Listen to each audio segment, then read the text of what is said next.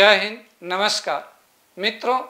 आज हम आपके साथ चर्चा पर चर्चा करने जा रहे हैं संसदीय सरकार के बारे में। अक्सर आप लोग सुनते हैं संसदीय शासन प्रणाली, अध्यक्षीय शासन प्रणाली, या जब हम भारतीय संदर्भ में बात करते हैं तो कहा जाता है कि भारत में संसदीय शासन प्रणाली क्या सफल है, क्या संसदीय शासन प्रणाली फेल हो चुकी है, क्या संसदीय शासन प्रणाली के स्थान पर अध्यक्षीय शासन प्रणाली को अपनाया जा, संसदीय लोकतंत्र क्या, इस तरह की चर्चाएं अक्सर होती रहती है। तो इसी अनुक्रम में मैं आज आप लोगों के साथ संसदीय सरकार के बारे में चर्चा पर चर्चा करने जा रहा हूं कि संसदीय सरकार क्या होती है, संसदीय सरकार की विशेषताएं क्या हैं, इसके बारे में हम आपके साथ चर्चा पर चर्चा करेंगे। संसदीय सरकार क्या है, संसदीय सरकार की विशेषता क्या है, संसदीय सरकार के गुण क्या है। देखिए, कार्यपालिका और विधायिका के संबंधों के आधार पर संसदीय शासन प्रणाली को दो भागों में बांटा जाता है। कार्यपालिका और विधायिका के संबंधों के आधार पर सरकार को दो भागों में बांटा जाता है। पहला भाग होता है संसदीय सरकार और दूसरा भाग होता है अध्यक्षीय सरकार होता है। सरकारों का वर्गीकरण अनेक आधार पर किया जाता है। आप सुनते हुए संघात्मक सरकार है, एकात्मक सरकार है, बहुमत प्राप्त सरकार है, अल्पमत सरकार है, इत्यादि इत्यादि के बारे में हम चर्चा, लेकिन आज हम केवल आपके साथ चर्चा करने जा रहे हैं पार्लियामेंट्री गवर्नमेंट के संसदीय सरकार के बारे में हम चर्चा करें। तो अभी हमने कहा कि कार्यपालिका और विधायिका के मध्य संबंधों के आधार पर सरकार को दो भागों में बांटा जाता है। पहला भाग संसदीय सरकार, दूसरा अध्यक्षीय सरकार होती है। अब हम आते हैं संसदीय सरकार पर चर्चा। तो हमने कहा कि कार्यपालिका और विधायिका के मध्य संबंधों के आधार पर सरकार को संसदीय सरकार और आपके अध्यक्ष के में विभाजित किया। सरकार के तीन अंग होते हैं मुख्य तौर से, कार्यपालिका, विधायिका और न्यायपालिका। कार्यपालिका और विधायिका के मध्य संबंधों के आधार पर सरकार का वर्गीकरण संसदीय और अध्यक्षीय में होता। तो आप यही कहना कि संसदीय शासन प्रणाली एक ऐसी शासन प्रणाली है जिसमें कार्यपालिका और विधायिका के बीच काफी घनिष्ठ संबंध पाया जाता, काफी क्लोज संबंध पाया जाता। कार्यपालिका के सदस्य अनिवार्यतः मंत्री विधायिका के सदस्य होते हैं। संसदीय शासन प्रणाली में कार्यपालिका के सदस्य अनिवार्यतः विधायिका के सदस्य होते हैं। भारतीय परिप्रेक्ष्य में हम बात करें तो भारत में कार्यपालिका मतलब राष्ट्रपति, प्रधानमंत्री और मंत्रिपरिषद। तो जो कार्यपालिका मुख्य रूप से प्रधानमंत्री और मंत्रिपरिषद के रूप में जानी जाती है। राष्ट्रपति कार्यपालिका का भी हेड होता है, राष्ट्रपति विधायिका का भी हेड होता है, राष्ट्रपति न्यायपालिका का भी हेड होता है। तो यहाँ पर हम वास्तविक कार्यपालिका की बात करते हैं तो वास्तविक कार्यपालिका प्रधानमंत्री और उनकी मंत्री परिषद होती है। वास्तविक कार्यपालिका प्रधानमंत्री और उनकी मंत्री परिषद होती है। जो संविधान द्वारा प्रदत्त सभी शक्तियों और अधिकारों का उपयोग करती है। जब हम कार्यपालिका की बात करते हैं तो कार्यपालिका को मुख्य रूप से दो भागों में बांटते हैं, नाम मात्र की कार्यपालिका और वास्तविक कार्यपालिका। भारत में राष्ट्रपति नाम मात्र की कार्यपालिका है, जबकि प्रधानमंत्री और उनकी मंत्रिपरिषद वास्तविक कार्यपालिका है। तो जो वास्तविक कार्यपालिका है, वास्तविक कार्यपालिका के सभी सदस्य अनिवार्यतः विधायिका के सदस्य होते हैं, संसद के सदस्य होते हैं, चाहे वह लोकसभा के सदस्य हो या राज्यसभा के सदस्य हो। अभी हमने आपसे कहा कि ऐसी शासन प्रणाली संसदीय शासन प्रणाली कहलाती है जिसमें वास्तविक कार्यपालिका और नाम मात्र की कार्यपालिका में अंतर पाया जाता। कार्यपालिका और व्यवस्थापिका विधायिका के बीच बहुत ही घनिष्ठ संबंध होता। जैसे भारत में सभी मंत्री, प्रधानमंत्री सहित मंत्रिपरिषद के सभी सदस्य अनिवार्यतः विधायिका के सदस्य होते हैं। अगर कोई भी सदस्य, मंत्रिपरिषद का कोई सदस्य मंत्री बनते समय विधायिका का सदस्य नहीं है तो उसे 6 महीना के अंदर विधायिका का सदस्य बनना होगा। उसे लोकसभा या राज्यसभा का सदस्य बनना पड़ेगा। अगर वह नहीं बनता है, नहीं बन पाता, तो उसे मंत्रिपरिषद से त्याग पत्र देना पड़ेगा। तो हमने यही कहा कि संसदीय शासन प्रणाली में कार्यपालिका और विधायिका के मध्य काफी क्लोज संबंध पाया जाता है। वास्तविक कार्यपालिका का प्रत्येक सदस्य विधायिका का सदस्य होता है। यहाँ नाम मात्र की कार्यपालिका और वास्तविक कार्यपालिका में अंतर पाया जाता।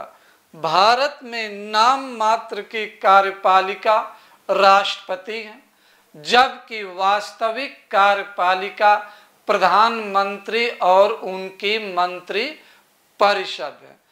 नाम मात्र की कार्यपालिका हमने जैसे राष्ट्रपति का संविधान के द्वारा सभी अधिकार नाम मात्र की कार्यपालिका को प्रदान किया गया, परंतु वास्तव में नाम मात्र की कार्यपालिका संविधान द्वारा प्रदत्त अधिकारों का, शक्तियों का उपयोग नहीं करती है। इन सब अधिकारों और शक्तियों का उपयोग प्रधानमंत्री और उनकी मंत्रिपरिषद करती है। अगर आपसे पूछा जाए कि भारत में नाम मात्र की कार्यपालिका कौन है, तो आपका उत्तर होना चाहिए भारत में नाम मात्र की कार्यपालिका राष्ट्रपति हैं, प्रधानमंत्री और उनकी मंत्रिपरिषद वास्तविक कार्यपालिका। संसदीय शासन प्रणाली में कार्यपालिका विधायिका के प्रति, व्यवस्थापिका के प्रति उत्तरदायी होती है। अगर व्यवस्थापिका द्विसदनी है, जैसे भारत में भारतीय संसद द्विसदनी है, लोकसभा और राज्यसभा, तो कार्यपालिका लोकसभा, जिसे निचला सदन भी कहा जाता है, लोअर हाउस भी कहा जाता, के प्रति सामूहिक रूप से भी उत्तरदायी होती है और व्यक्तिगत रूप से भी उत्तरदायी होती है। तो अभी मैंने आपको संसदीय शासन प्रणाली की परिभाषा बताया कि संसदीय शासन प्रणाली, संसदीय सरकार शासन के उस प्रारूप को कहा जाता जिसमें नाम मात्र की कार्यपालिका और वास्तविक कार्यपालिका दोनों का अस्तित्व होता है। वह कार्यपालिका और व्यवस्थापिका में घनिष्ठ संबंध पाया जाता है। नाम मात्र की कार्यपालिका और वास्तविक कार्यपालिका दोनों संविधिक और संवैधानिक आधार पर कानूनी दृष्टिकोण से संसद के प्रति व्यवस्थापिका के प्रति उत्तरदायी होती है। इनकी सामूहिक और व्यक्तिगत जवाबदेही होती है। अब हम डिस्कस करेंगे संसदीय शासन प्रणाली में संसदीय शासन प्रणाली की विशेषता क्या है। संसदीय शासन प्रणाली की विशेषता,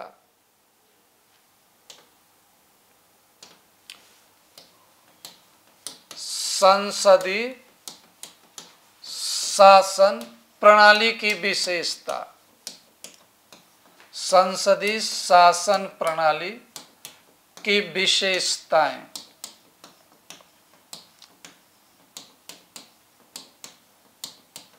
कैरेक्टरिस्टिक्स ऑफ पार्लियामेंट्री गवर्नमेंट, संसदीय शासन प्रणाली की विशेषताएं।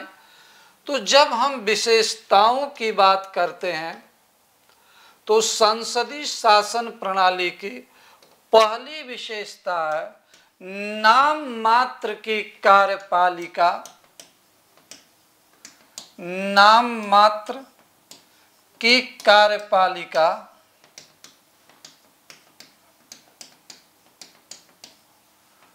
और वास्तविक कार्यपालिका में अंतर, वास्तविक कार्यपालिका में अंतर, वास्तविक कार्यपालिका में अंतर, यह पहली विशेषता है। अभी परिभाषा के साथ ही हमने आपको नाम मात्र की कार्यपालिका बताया, वास्तविक कार्यपालिका बताया। हमने कहा कि भारत में राष्ट्रपति नाम मात्र की कार्यपालिका है, जिन्हें संविधान द्वारा सभी अधिकार प्रदान किया गया। राष्ट्रपति संविधान के संवैधानिक प्रधान है, लेकिन व्यवहारिक तौर पर राष्ट्रपति अपने अधिकारों का, अपने शक्तियों का अपवाद को छोड़कर कभी प्रयोग नहीं करते हैं। राष्ट्रपति के अधिकारों, शक्तियों का प्रयोग वास्तविक कार्यपालिका, प्रधानमंत्री और उनके मंत्रिपरिषद द्वारा किया जाता है। तो यहाँ तक कि भारत का राष्ट्रपति जब संसद को संबोधित करता है तो वह अपना स्पीच नहीं देता, बल्कि प्रधानमंत्री और मंत्रिपरिषद द्वारा लिखित उनको स्पीच दिया जाता, उसे राष्ट्रपति पढ़ता। भारत का राष्ट्रपति सामान्य परिस्थितियों में प्रेस कॉन्फ्रेंस नहीं कर सकता। सब कुछ कार्य राष्ट्रपति के नाम पर किया जाता। देखते हो कि पेपर में एक टेंडर पीडब्ल्यूडी निकालती है तो अभी लिखा होता है कि मैं भारत के राष्ट्रपति की ओर से निविदा टेंडर इनवाइट करता हूं, लेकिन वस्तुतः वह निविदा कार्यपालिका अधिकारीगण आमंत्रित करते हैं, लेकिन संवैधानिक तौर पर भारत के राष्ट्रपति की तरफ से किया जाता। तो राष्ट्रपति संवैधानिक तौर पर सर्वशक्तिमान है, लेकिन व्यवहारिक रूप में वह अपने अधिकारों का प्रयोग नहीं करता। वह अपने उसके अधिकारों का प्रयोग प्रधानमंत्री और उनकी मंत्रिपरिषद करती है। तो संसदीय शासन प्रणाली की पहली विशेषता नाम मात्र की कार्यपालिका और वास्तविक कार्यपालिका में अंतर। दूसरी विशेषता इसकी परिभाषा में ही निहित है कि संसदीय शासन प्रणाली में कार्यपालिका और विधायिका के मध्य क्लोज संबंध होता। कार्यपालिका और विधायिका के मध्य क्लोज संबंध पाया जाता।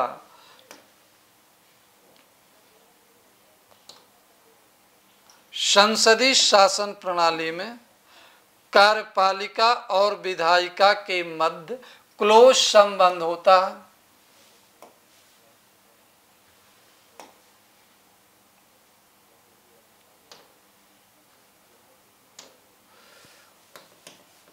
दूसरा अंतर हमारा है विधायिका और कार्यपालिका। कार्यपालिका के मध्य घनिष्ठ संबंध। घनिष्ठ संबंध हमने कुछ देर पहले कहा कि संसदीय शासन प्रणाली में मंत्रिपरिषद के सभी सदस्य, यहाँ तक कि प्रधानमंत्री महोदय भी संसद का सदस्य होते हैं। यह सदस्य होना अनिवार्यता। अगर मंत्री पद की शपथ लेते वक्त या प्रधानमंत्री पद की शपथ लेते वक्त संसद के दोनों सदनों के में किसी का भी सदस्य नहीं है, तो शपथ लेने के 6 माह के अंदर उनके संसद का सदस्य होना जरूरी होता। अगर 6 महीना के अंदर सदस्य नहीं बन पाते हैं तो आपको त्याग पत्र देना पड़ेगा। क्लियर? तो संसदीय शासन प्रणाली में प्रधानमंत्री और उनकी मंत्रिपरिषद विधायिका के सदस्य होते हैं, संसद के सदस्य होते हैं, चाहे लोकसभा के सदस्य हो या राज्यसभा के हो, मतलब किसी न किसी सदन का सदस्य होना अनिवार्य। तीसरी विशेषता है उत्तरदायित्व। संसदीय शासन प्रणाली की तीसरी विशेषता उत्तरदायित्व। उत्तरदायित्व देखिए, जब उत्तरदायित्व की बात करते हैं तो 2 प्रकार के उत्तरदायित्व, एक सामूहिक उत्तरदायित्व की बात आती है और दूसरा व्यक्तिगत उत्तरदायित्व की बात आती है। कलेक्टिव रिस्पांसिबिलिटी और इंडिविजुअल रिस्पांसिबिलिटी की बात आती है। Collective responsibility and individual. संसदीय शासन प्रणाली की एक प्रमुख विशेषता है कलेक्टिव रिस्पांसिबिलिटी। रिस्पांसिबिलिटी को 2 भागों में हमने बांटा, सामूहिक उत्तरदायित्व और व्यक्तिगत उत्तरदायित्व की बात हम कर रहे हैं। संसदीय शासन प्रणाली में प्रधानमंत्री और उनकी मंत्रिपरिषद सामूहिक रूप से संसद के निचले सदन अर्थात लोकसभा के प्रति उत्तरदायी होती है। यदि प्रधानमंत्री के विरुद्ध कोई प्रस्ताव लोकसभा में पारित कर दिया गया तो प्रधानमंत्री को त्यागपत्र देना पड़ता। प्रधानमंत्री का त्यागपत्र पूरे मंत्रिपरिषद का त्यागपत्र होता है। मंत्रिपरिषद का प्रत्येक सदस्य सामूहिक रूप से मंत्रिपरिषद द्वारा लिए गए निर्णयों के प्रति जवाबदेह होता। मंत्रिपरिषद द्वारा बनाई गई नीतियों के प्रति जवाबदेह होता। अगर मंत्रिपरिषद के किसी भी सदस्य द्वारा मंत्रिपरिषद द्वारा लिए गए निर्णय या मंत्रिपरिषद द्वारा बनाई गई नीतियों की आलोचना की जाती है तो कहा जाएगा कि वह मंत्रिपरिषद के सामूहिक उत्तरदायित्व का उल्लंघन करता।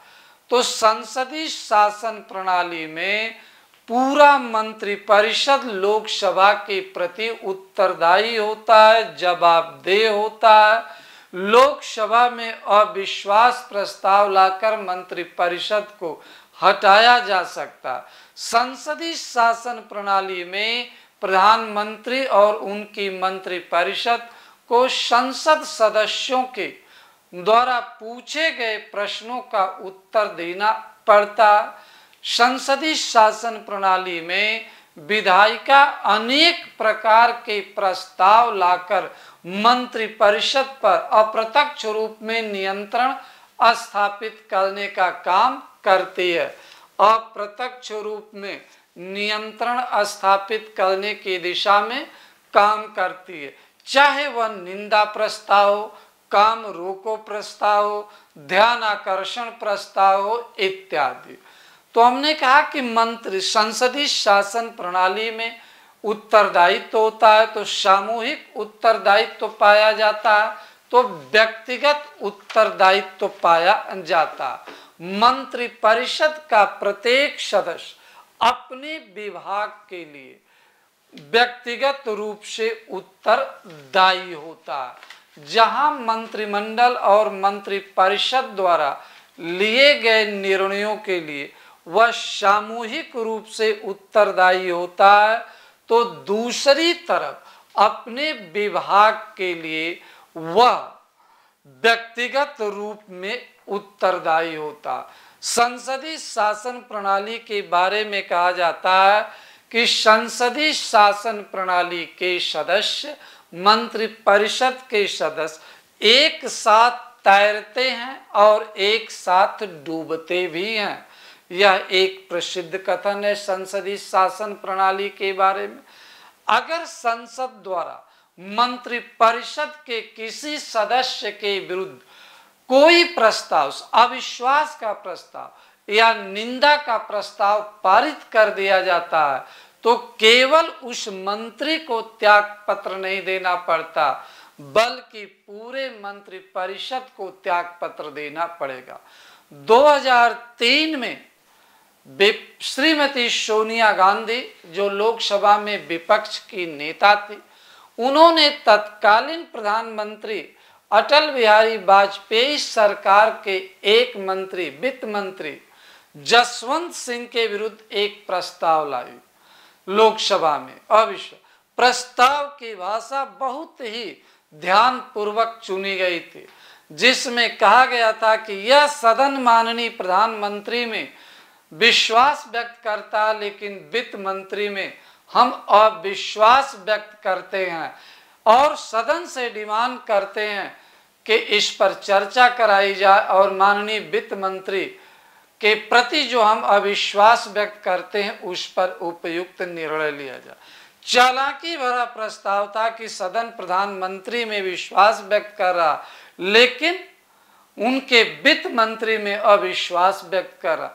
यहाँ पर सरकार पूरी तरीके से जसवंत सिंह के साथ खड़ी हुई, जसवंत सिंह पर लगाए गए आरोपों का जवाब दिया और अविश्वास प्रस्ताव को पारित होने से रोका।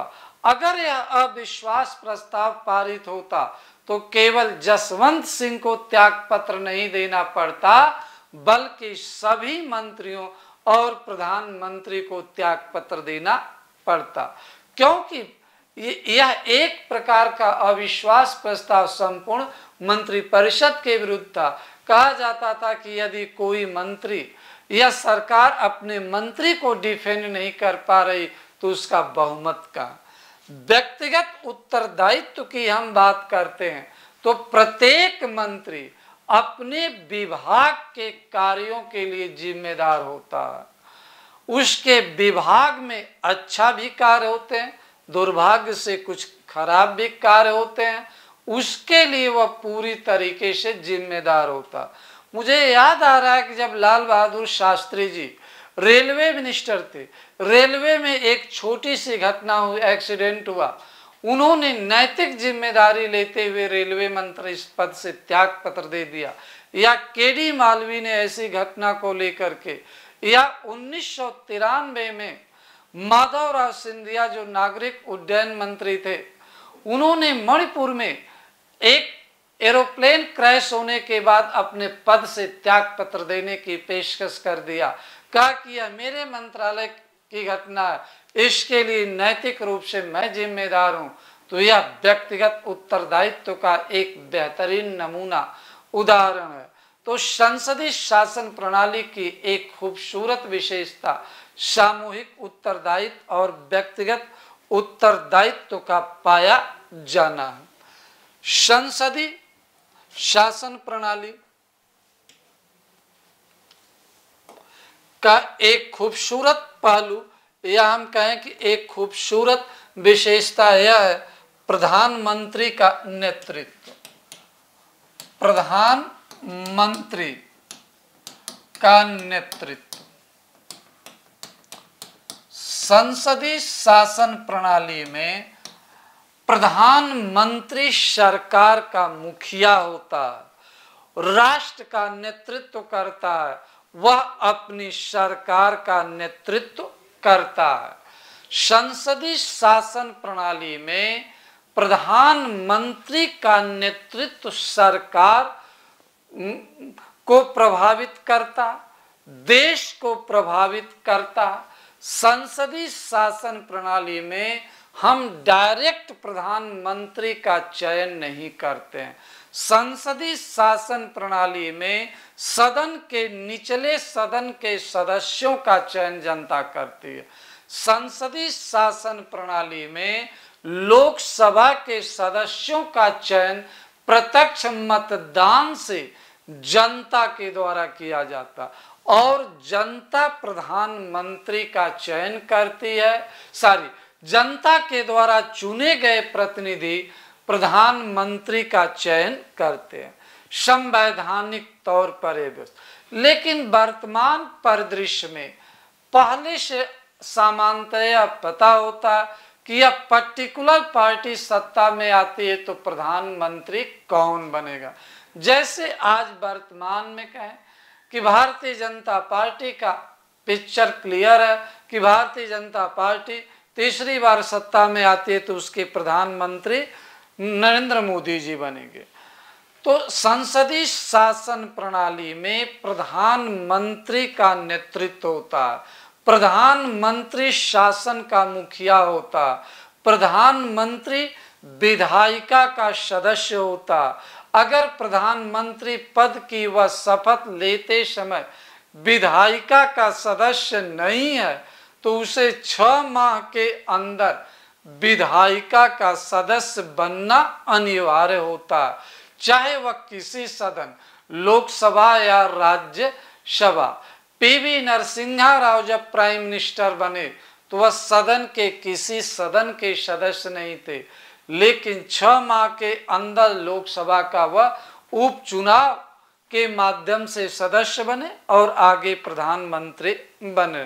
तो संसदीय शासन प्रणाली में प्रधानमंत्री शासन का आधार होता, मंत्रिपरिषद का निर्माण या प्रधानमंत्री मंत्रिपरिषद के निर्माण मंत्रिपरिषद के जीवन और मरण का केंद्र बिंदु होता। प्रधानमंत्री के व्यक्तित्व, प्रधानमंत्री की क्षमता, प्रधानमंत्री की योग्यता के आधार पर संसदीय शासन प्रणाली गरिमा को भी प्राप्त करती है। प्रधानमंत्री का नेतृत्व देश को मजबूत बनाता, देश को कमजोर भी बना सकता है अगर प्रधानमंत्री प्रभावी तरीके से कार्य नहीं करे। प्रधानमंत्री की छवि राष्ट्र की छवि का निर्माण करती है। प्रधानमंत्री का नेतृत्व, उनका चातुर्य कौशल अंतर्राष्ट्रीय स्तर पर भी देश की छवि का निर्माण करता।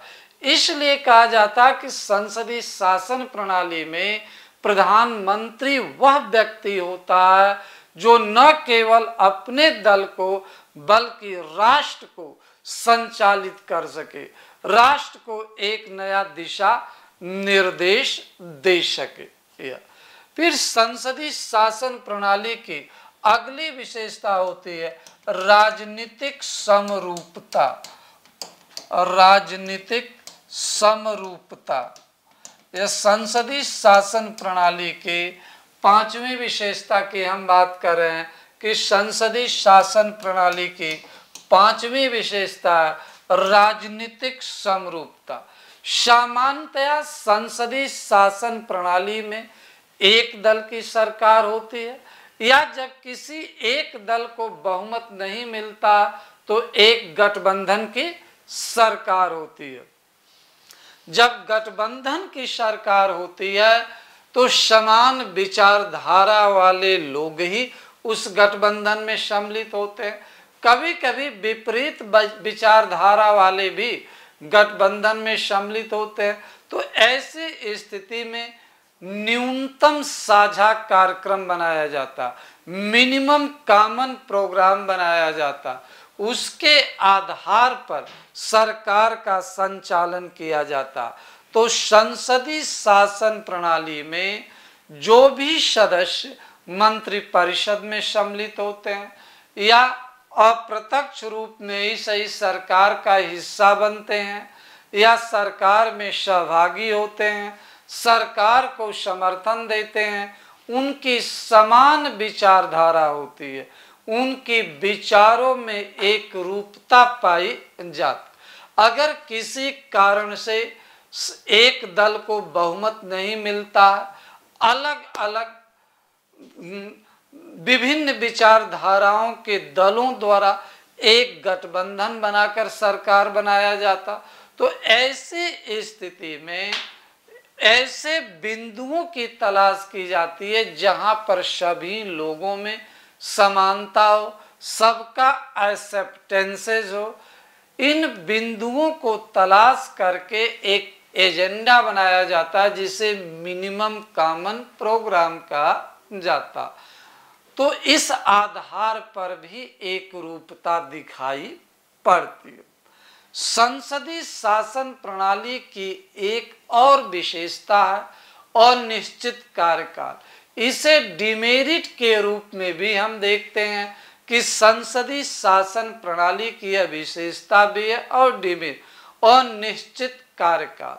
संसद सामान्य तौर पर संसदीय शासन प्रणाली में सरकार का कार्यकाल 5 वर्ष माना गया।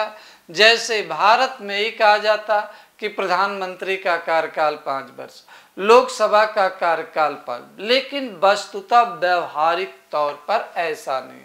संसदीय शासन प्रणाली में सरकार का कार्यकाल लोकसभा में बहुमत पर निर्भर करता।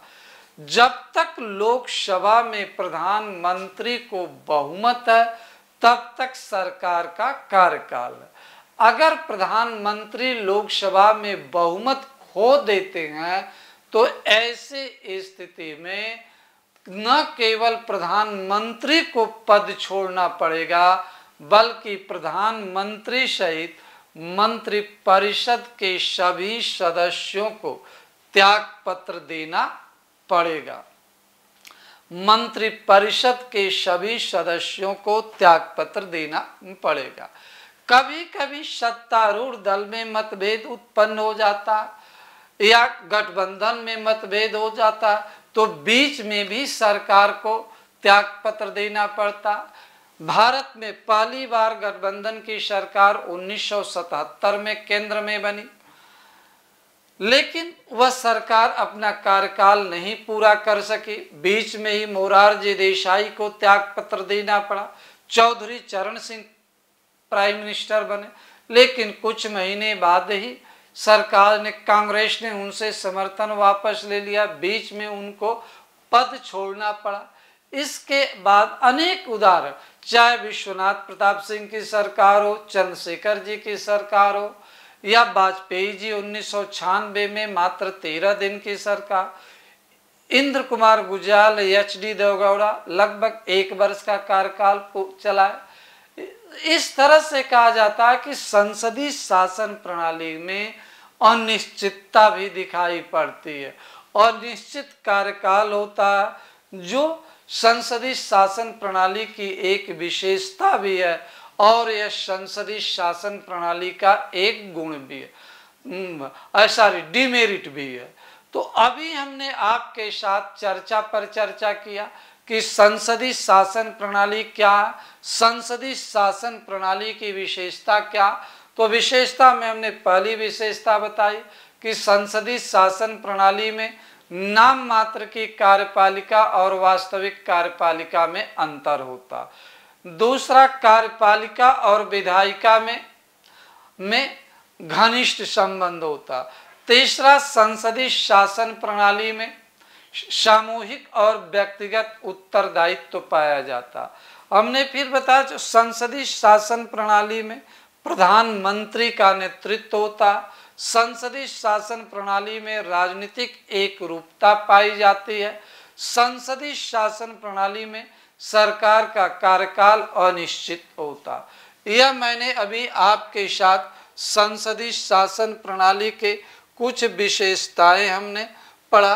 अब आगे हमें डिस्कस करना है संसदीय शासन प्रणाली के मेरिट और डिमेरिट। संसदीय शासन प्रणाली के गुण। संसदीय शासन प्रणाली के गुण, अब हम इसे डिस्कस करने जा रहे हैं। संसदीय शासन प्रणाली के गुण। संसदीय शासन प्रणाली का पहला गुण है कि यह प्रतिनिधि मूलक लोकतंत्र का सबसे अच्छा उदाहरण है। संसदीय शासन प्रणाली प्रतिनिधित्व मूलक लोकतंत्र का एक बेहतरीन उदाहरण।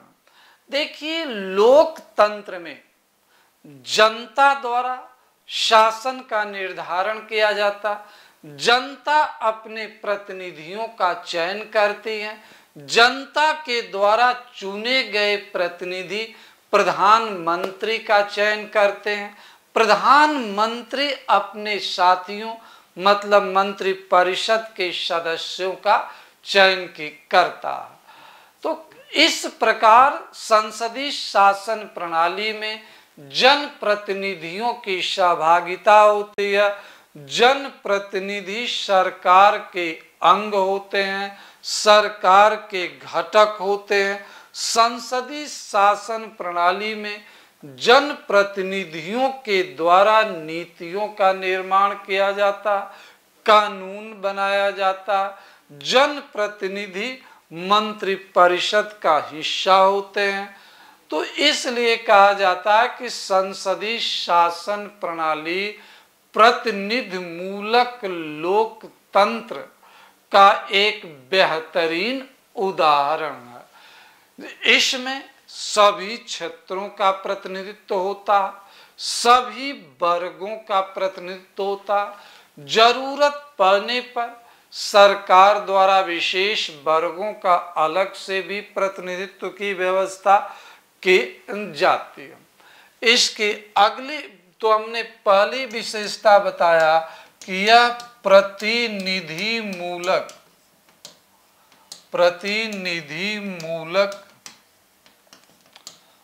लोकतंत्र का बेहतरीन उदाहरण है, बेहतरीन उदाहरण। दूसरा गुण माना जाता है योग्य राजनीतिज्ञों का शासन, योग्य राजनीतिज्ञों का शासन, योग्य व्यक्तियों का शासन।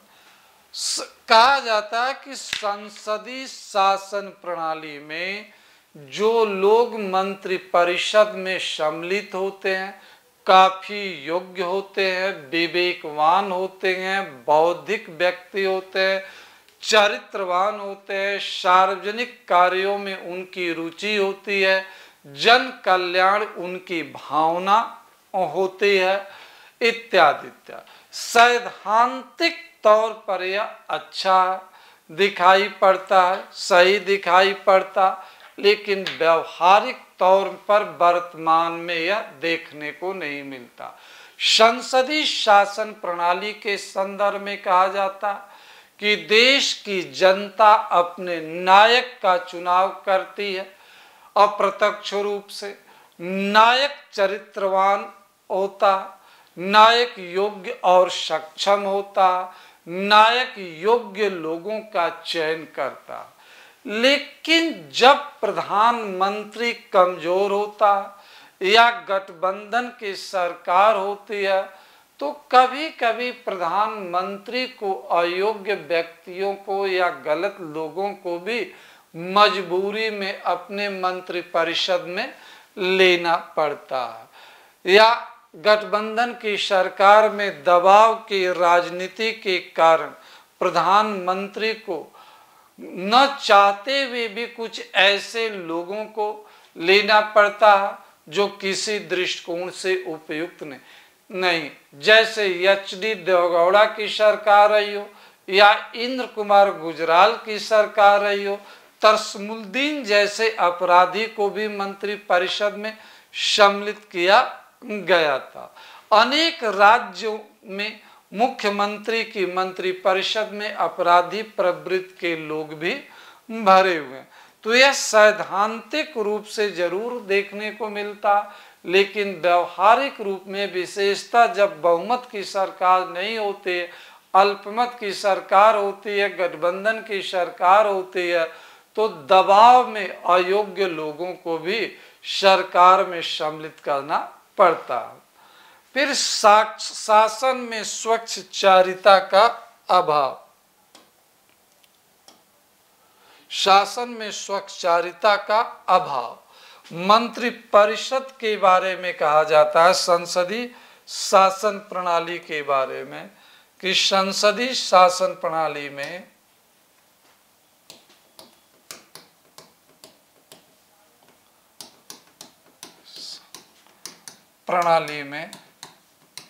स्वच्छचारिता का अभाव होता है।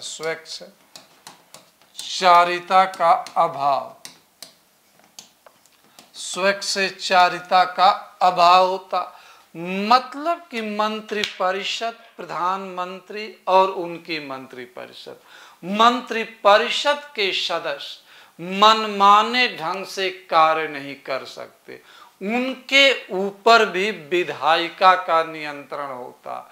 विधायिका के सदस्य प्रधानमंत्री और मंत्री परिषद के सदस्यों से प्रश्न पूछ करके उनके विरुद्ध प्रस्ताव ला करके, चाहे वह निंदा प्रस्ताव हो या अविश्वास प्रस्ताव हो या स्थगन काम रोको प्रस्ताव हो, ध्यान आकर्षण प्रस्ताव हो, ला करके उनके ऊपर दबाव बनाए रखने में सफल होते हैं।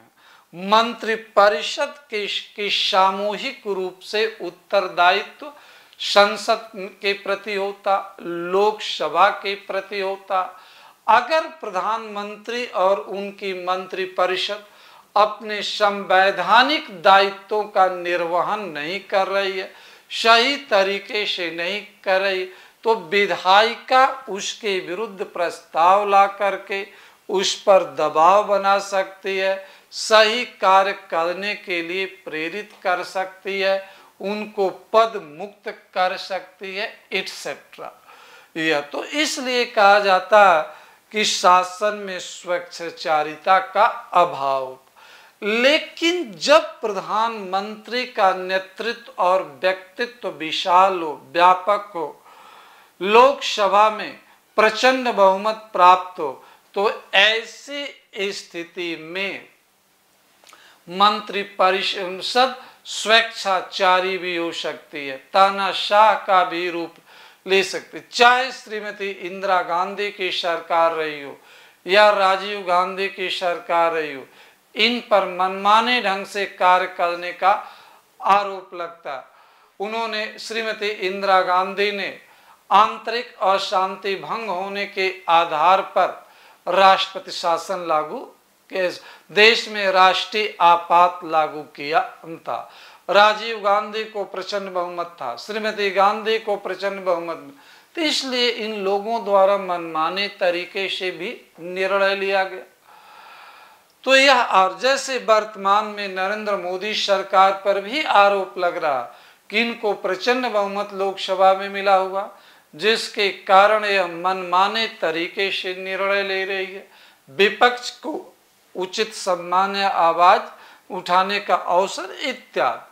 तो संसदीय शासन प्रणाली में जरूर कहा जाता है कि विधायिका दबाव बनाकर रखती है, लेकिन अगर प्रधानमंत्री का नेतृत्व प्रभावी है, व्यक्तित्व विशाल है, तो विधायिका प्रधानमंत्री के व्यक्तित्व से दब भी जाती है इत्यादि। अगला जनमानस के प्रति संवेदनशील, अगली गुण है इसका, जनमानस के प्रति, जनमानस के प्रति संवेदनशील।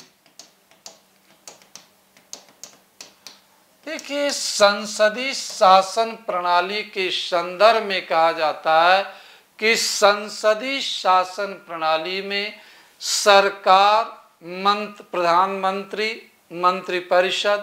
मंत्रिपरिषद के सदस्य जनता से संबंधित मुद्दों के प्रति संवेदनशील होते हैं, सचेष्ट होते हैं, क्योंकि 5 साल के बाद या एक निश्चित समय के बाद चुनाव होता। चुनाव में उन्हें जनता के पास जाना पड़ता। यदि उनके द्वारा जनहितैषी, जन कल्याणी, जन उपयोगी नीतियों का निर्माण नहीं किया जाता, जनता की समस्याओं का समाधान नहीं किया जाता, तो जनता उनको पदच्युत करने में 1 सेकंड भी देर नहीं लगाती। चुनाव में उनके विरुद्ध मतदान करके उनको पदच्युत भी कर सकती है। इसलिए संसदीय शासन प्रणाली में सरकार जनता के प्रति संवेदनशील होती है। क्लियर हुआ? नेक्स्ट पॉइंट, अगला विशेषता हमारी है गुण। संसदीय शासन प्रणाली का एक गुण यह भी है कि यह राजनीतिक शिक्षा की दृष्टि से काफी उपयोगी है। संसदीय शासन प्रणाली में राजनीतिक दल होते हैं। राजनीतिक दल के प्रतिनिधि चुन करके विधायिका में आते हैं। और संसदीय शासन प्रणाली में जूनियर और सीनियर दोनों सदस्य देखने को मिलते हैं। संसदीय शासन प्रणाली में जिस दल को अधिक मत मिलता है वह विजयी होता, वह सरकार बनाता। तो इसलिए संसदीय शासन प्रणाली में चुनाव कई स्तरों पर होते हैं, चाहे वह ग्राम स्तर का चुनाव, जिला स्तर का चुनाव, या विधानसभा का चुनाव, लोकसभा का चुनाव। तो संसदीय शासन प्रणाली में व्यक्ति को राजनीतिक दृष्टिकोण से सीखने का भी अवसर मिलता। पहली बार भी जब कोई सदस्य लोकसभा में चुनकर जाता तो उसे राजनीतिक व्यवस्था के बारे में, राजनीतिक मूल्यों के बारे में शिक्षा दी जाती है। वह चुनता है, सीखता है। तो संसदीय शासन प्रणाली जो में व्यक्ति को सीखने का अवसर, राजनीतिक मूल्यों को, राजनीतिक विचारों को समझने का अवसर मिलता। इसलिए यह कहा जाता है कि यह राजनीतिक दृष्टिकोण से उपयोगी है, लाभकारी है। फिर संसदीय शासन प्रणाली की एक और विशेषता के रूप में देखा जाए, गुण के रूप में देखा जाता कि संसदीय शासन प्रणाली में आवश्यकता अनुसार परिवर्तन किया जा सकता है। संसदीय शासन प्रणाली में आवश्यकता अनुसार परिवर्तन किया जा सकता है। संसदीय शासन प्रणाली का एक गुण आवश्यकता अनुसार परिवर्तन, आवश्यकता अनुसार परिवर्तन। देखिए, संसदीय शासन प्रणाली में अगर कोई भी प्रधानमंत्री या और उसकी मंत्रिपरिषद अच्छे तरीके से कार्य नहीं कर रही है, जनता के प्रति संवेदनशील नहीं है, संवैधानिक मूल्यों का अवहेलना कर रही है, संवैधानिक प्रावधानों की अवहेलना कर रही है, तो ऐसी स्थिति में सरकार को सामान्य तरीके से अपदस्थ किया जा सकता। लोकसभा में अविश्वास प्रस्ताव ला करके हटाया जा सकता। कामरों को प्रस्ताव ला करके सरकार पर दबाव बनाया जा सकता, सरकार को पदच्युत किया जाता। संसदीय शासन प्रणाली में सरकार को हटाने के लिए संविधान संशोधन की आवश्यकता नहीं पड़ती, किसी विशिष्ट प्रक्रियाओं का अनुपालन नहीं करना, पालन नहीं करना पड़ता, बल्कि अविश्वास प्रस्ताव या काम रोको प्रस्ताव ला करके हटाया जा सकता। द्वितीय विश्व युद्ध के समय इंग्लैंड के तत्कालीन प्रधानमंत्री चैम्बरलिन सही तरीके से कार्य नहीं कर पा रहे थे। ब्रिटिश संसद ने उनको हटा करके विंस्टन चर्चिल को प्रधानमंत्री बनाया। उन्होंने अपने देश का सही तरीके से नेतृत्व किया, इंग्लैंड को द्वितीय विश्व युद्ध में विजय दिलाई। अगर यहीं पर उनको हटाने की प्रक्रिया बहुत कठोर होती तो यह आसानी से राजनीतिक परिवर्तन नहीं हो पाता। तो संसदीय शासन प्रणाली के बारे में कहा जाता है कि संसदीय शासन प्रणाली लोचशील होती है, आसानी से उसमें परिवर्तन किया जा सकता है। प्रधानमंत्री और मंत्रिपरिषद को हटाया जा सकता है। मंत्रिपरिषद के सदस्यों को प्रधानमंत्री द्वारा आसानी से चयनित किया जा सकता, उनको मंत्रिपरिषद से बाहर किया जा सकता। इसके लिए किसी भी प्रकार की विशेष प्रक्रिया या विशेष कदम उठाने की आवश्यकता नहीं पड़ती। संसदीय शासन प्रणाली के संदर्भ में कहा जाता कि यह आपातकालीन परिस्थितियों के लिए उपयुक्त है, आसानी से आपातकालीन परिस्थितियों में निर्णय लिया जा सकता है, विशेष किसी प्रक्रिया की आवश्यकता नहीं पड़ती। क्लियर? तो यह अभी हमने संसदीय शासन प्रणाली के कुछ गुण आपके साथ डिस्कस किया। अब आगे हमें डिस्कस करना है संसदीय शासन प्रणाली के डिमेरिट क्या है। संसदीय शासन प्रणाली के डिमेरिट। संसदीय शासन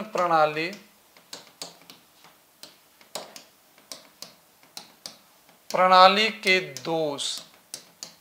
संसदीय शासन प्रणाली के दोष, डिमेरिट क्या। हर व्यवस्था के पॉजिटिव पॉइंट होते हैं तो कुछ न कुछ नेगेटिव पॉइंट भी होते हैं। तो संसदीय शासन प्रणाली के भी कुछ नेगेटिव पॉइंट हैं जिसे अवगुण के रूप में हम देखते हैं। पहला कि संसदीय शासन प्रणाली में अस्थायित्व होता है, अस्थायित्व का अभाव होता।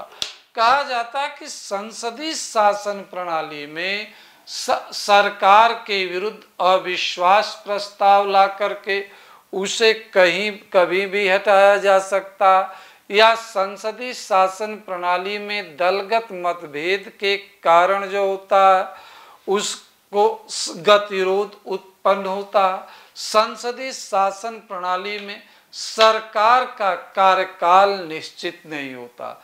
संसदीय शासन प्रणाली में सरकार का कार्यकाल सदन के निचले सदन में प्राप्त बहुमत पर निर्भर करता। संसद के निचले सदन में प्राप्त बहुमत पर निर्भर करता।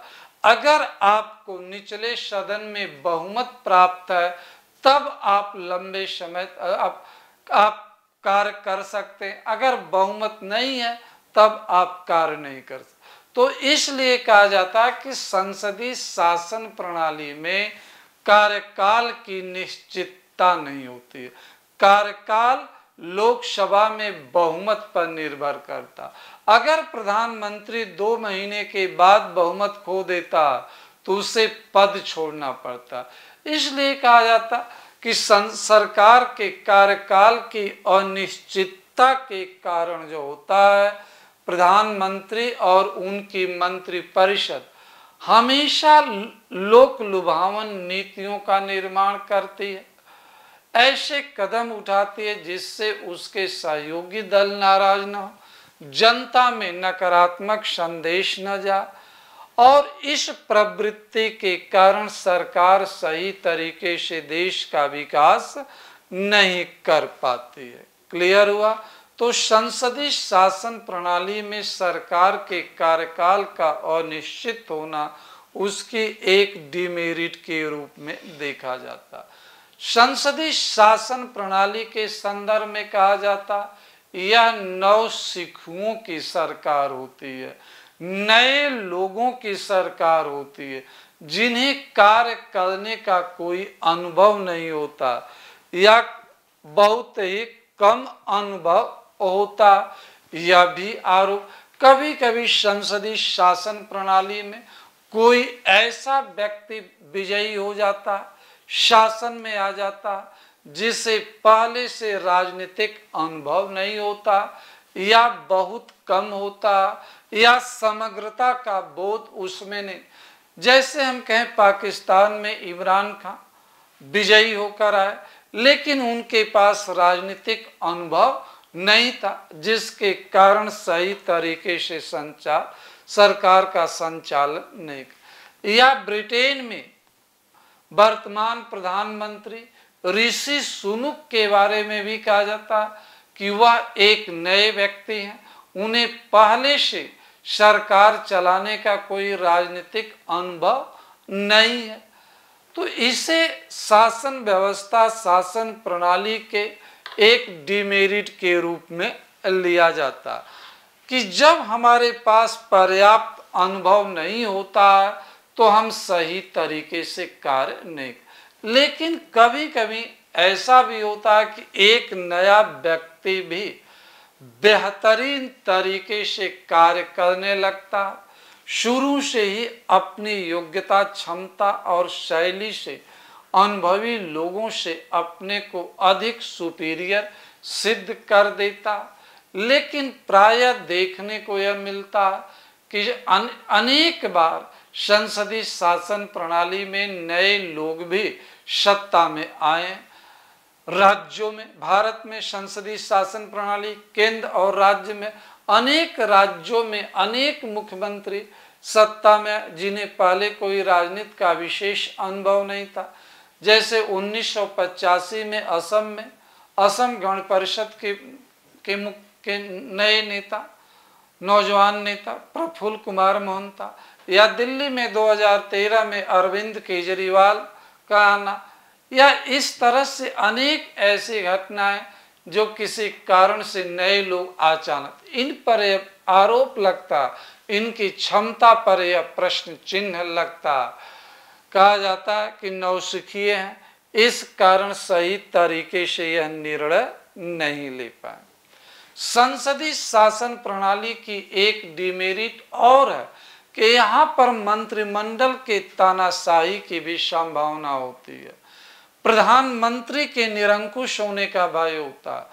अगर प्रधानमंत्री को बहुमत मिला, प्रचंड बहुमत मिला, प्रधानमंत्री का व्यक्तित्व विशाल है, प्रधानमंत्री का नेतृत्व चमत्कारी है, तो ऐसे में यह हमेशा भय बना होता कि कहीं प्रधानमंत्री निरंकुश होकर कार्य तो नहीं कर रहे हैं, करने लगेंगे, या सत्ता निरंकुशता की ओर तो नहीं बढ़ जाएगी। भारत में समय समय पर केंद्र सरकार और अनेक राज्य सरकारों पर तानाशाह होने का भी आरोप लगता है। सैद्धांतिक रूप से यह एक भय होता है। एक कभी कभी व्यवहारिक तौर पर भी यह देखने को मिलता कि प्रधानमंत्री या मुख्यमंत्री बहुमत के कारण अत्यधिक दबाव में, अत्यधिक मनमाने ढंग से कार्य करने लगते हैं, स्वेच्छाचारी ढंग से कार्य करने लगते हैं। तो संसदीय शासन प्रणाली में एक तानाशाही या स्वेच्छाचारिता का भी भाव होता है। संसदीय शासन प्रणाली में स्वेच्छाचारिता या तानाशाही का भी संभावना बनी रहती है। वर्तमान सरकार जो है, इस पर भी आजकल तानाशाही का आरोप लगा, लेकिन प्रश्न उठता है कि आरोप कितना सही है, कितना गलत है। कभी कभी यह स्थितियां उत्पन्न हो सकती है। अगला है संसदीय शासन प्रणाली शक्ति पृथक्करण के सिद्धांत के विरुद्ध है, के प्रतिकूल है। शक्ति पृथक्करण का सिद्धांत कहता शक्तियों का पर्याप्त बंटवारा अलग अलग घटकों में होना चाहिए। संसदीय शासन प्रणाली में विधायिका और कार्यपालिका के बीच क्लोज संबंध होता। मंत्रिपरिषद के सभी सदस्य अनिवार्यतः विधायिका के सदस्य होते हैं, इसलिए शक्तियों का केंद्रण कुछ लोगों के हाथों में होता, जिसके कारण जो होता शक्तियों का केंद्रण कुछ लोगों के हाथों में होता, जिसके कारण उसके दुरुपयोग की भी संभावना उत्पन्न होती है। संसदीय शासन प्रणाली में जब शक्तियों का केंद्रण कुछ लोगों के हाथों में होगा तो यह शक्ति पृथक्करण के सिद्धांत के विरुद्ध मानी जाती है। क्लियर हुआ? आगे दलित तानाशाही की संभावना। संसदीय शासन प्रणाली में जब एक दल को लगातार बहुमत मिलने लगता है तो कहीं न कहीं उस राजनीतिक दल में अहंकार भी आने लगता। वह राजनीतिक दल अपने अनुसार, अपने सिद्धांतों के अनुसार, अपने नीतियों के अनुसार कार्य करने लगता। अपने नीतियों, अपने विचारों को सुपीरियर मान करके उसे इम्प्लीमेंट करने लगता। बार बार जब कोई राजनीतिक दल सत्ता में आता है लगातार, तो उसमें कहीं न कहीं यह भाव स्वाभाविक रूप से उत्पन्न, जैसे पहले कांग्रेस में यह उत्पन्न हो गया था। कांग्रेस लगातार सत्ता में आती, एक प्रकार से केंद्र में दलित तानाशाही की स्थिति उत्पन्न हो गई। तो संसदीय शासन प्रणाली में दलित तानाशाही की संभावना भी दिखाई पड़ती है। एक संभावना, यह हम नहीं कह रहे हैं कि हमेशा होती, लेकिन एक संभावना होती। संसदीय शासन प्रणाली में अनावश्यक दलबंदी या गुट का भी उद्भव होता, चाहे वह एक दलीय शासन प्रणाली हो या गठबंधन की सरकार हो या किसी एक पार्टी की सरकार हो, उसमें भी अलग अलग गुट बनने लगते हैं। और जब सरकार में गुटबंदी होने लगती है तो उसका प्रभाव सरकार के कार्यकरण पर पड़ता, सरकार के छवि पर पड़ता। गुटों के बीच अपने को सुपीरियर स्थापित करने के लिए, गुटों के बीच अपने को सर्वोच्च, अपने को प्रभावी बनाने का एक तरह से अप्रत्यक्ष रूप से वर्चस्व की जंग छिड़ जाती है, तो ऐसे में सरकार सही तरीके से कार्य नहीं करती। सामान्यतया यह स्थिति उस समय अधिक उत्पन्न होती है जब गठबंधन की सरकार होती है। तो गठबंधन की सरकार में गुटबाजी होना एक स्वाभाविक प्रक्रिया दिखाई पड़, स्वाभाविक प्रक्रिया होती है, जो वर्तमान में भारत में अनेक राज्यों में जहाँ गठबंधन की सरकारें हैं वहां देखने को मिलती है। महाराष्ट्र में देखिए गठबंधन की सरकार है, वहां पर आज भी कहा जा रहा कि यह फडणवीस गुट का, तो यह शिंदे गुट का या अजित पवार गुट का, या इस तरह से स्थिति अनेक सरकारों में देखने को मिली है। तो यहाँ पर दल बदी, एक अनावश्यक गुटबंदी भी देखने को मिलती है। संसदीय शासन प्रणाली की एक डिमेरिट और है कि यह इसे संकट काल में के लिए दुर्बल माना जाता, कमजोर कहा जाता कि संसदीय शासन प्रणाली में प्रत्येक विषयों पर वाद विवाद होता, विचार विमर्श होता, बहस होती है, उसके बाद अंतिम निर्णय लिया। इसलिए आपातकालीन स्थितियों में तुरंत निर्णय ले पाना संभव नहीं हो पाता। आपातकालीन स्थितियों में कभी कभी क्विक डिसीजन लेना पड़ता।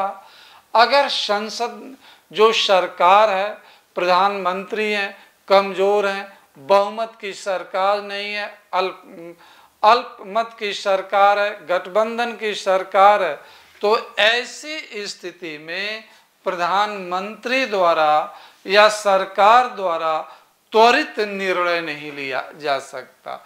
एक यह भी इसकी डिमेरिट के रूप में देखा जाता।